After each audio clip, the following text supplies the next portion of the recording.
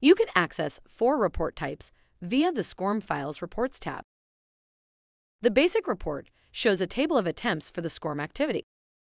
You can delete attempts by ticking the checkboxes, then clicking the Delete Selected Attempts button.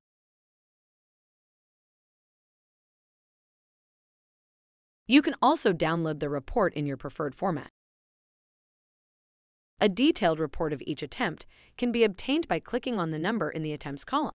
Here you can see the status of the learner's attempt, and the Track Details link will provide information on specific SCORM values recorded by the package.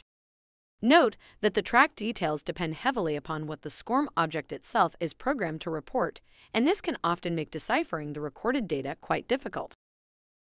The graph report displays graphs of percentage obtained in the SCORM activity against number of learners.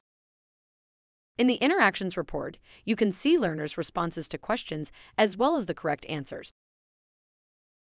Finally, if a SCORM package is set up to report objectives, then the Objectives report will display the status and raw.score of any recorded objectives data.